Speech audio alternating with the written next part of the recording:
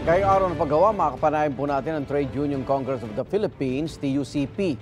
At kasama natin ang kanilang spokesperson at legislative officer, si Carlos Miguel Oñate. Magandang umaga po. Ay, magandang umaga, Sir Igan, at sa lahat ng ating mga taga-subaybay. May nakausap po ba kayo sa gobyerno kaugnay sa isinusulong na 200 pisong taas sahod?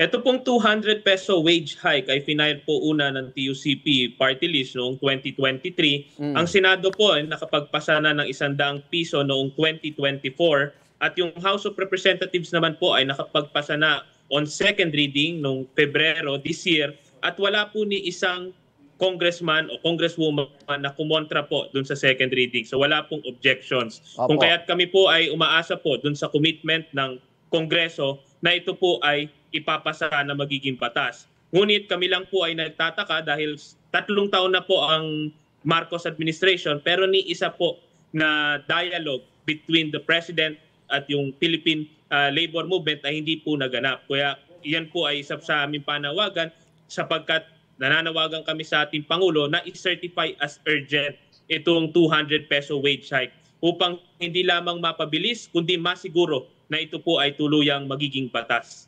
So, 3 taon ang lumipas, wala pang pag-uusap sa grupo niyo at ng gobyerno kaugnay nito? Meron po kaming nakakausap sa Kongreso po, sila po yung nag-commit na ito po ay tuluyang ipapasa. Ngunit doon po sa ating Malacanang, no, sa Pangulong Marcos, wala pa pong direktang dialogo between yung labor leaders at yung ating Pangulo na yan po dati ay tradisyon na no, sa mga nakaraang administrasyon na every Labor Day meron pong dialogue. Ngunit ito po, pangatlong Labor Day na po, wala pa rin pong dialogue. Para balansehin, tuwing humihiling daw kayo ng taas sahod, kabalikat din ang hinaing ng mga employer na baka sila malugi. Kayo ba'y naniniwala rito?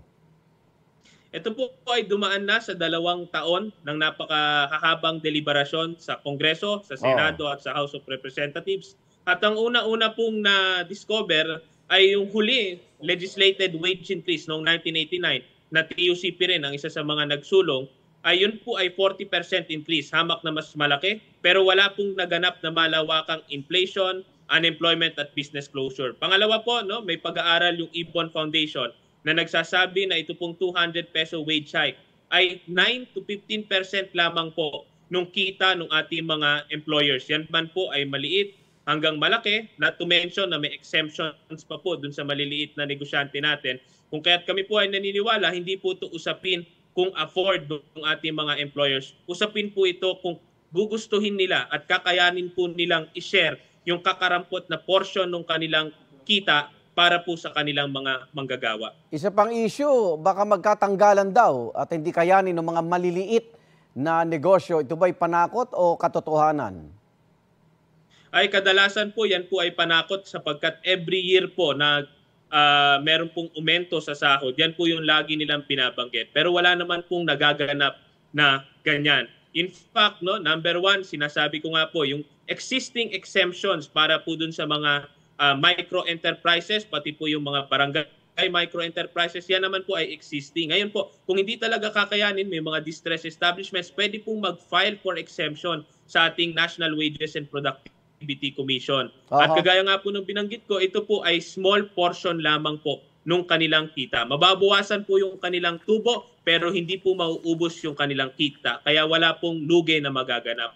May aktibidad ba kayo ngayong araw na ito ng paggawa? Ang TUCP po ay kaisa no, at namumuno doon sa malawakang pagkilos.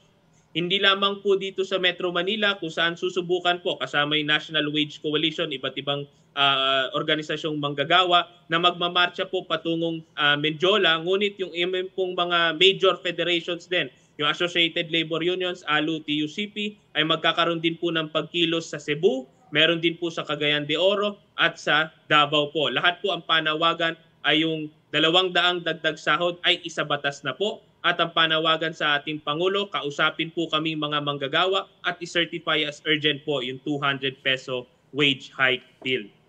Maraming salamat, TUCP Spokesperson and Legislative Officer Carlos Miguel Oñate. Mabuhay po ang manggagawang obrero.